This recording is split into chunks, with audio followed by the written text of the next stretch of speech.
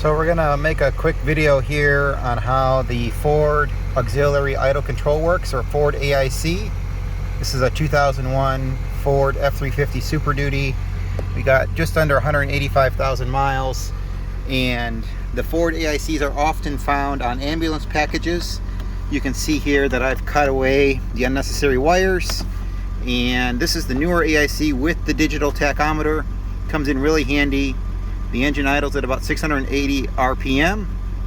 When it's warmed up, you set the parking brake, and at that point you can press the RPM control button and it'll ask you what do you want to set it at, and at that point you can toggle up to 2100 RPM. There's three presets: the 1747, 2100, and then 1200. Once you get what you want, you press the forward button and it automatically increases the idle to that predefined setting. Now the nice thing is you can then arrow up and down,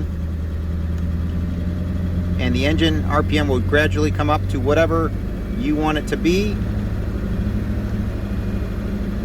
all the way up to 2100, I believe, and then you can go lower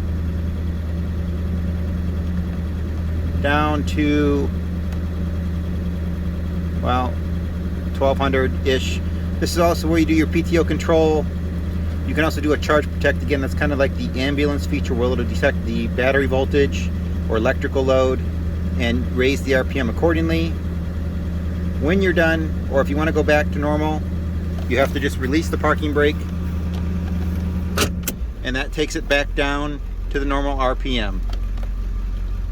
If you happen to have this little device, it is very useful in the wintertime for warming up the engine.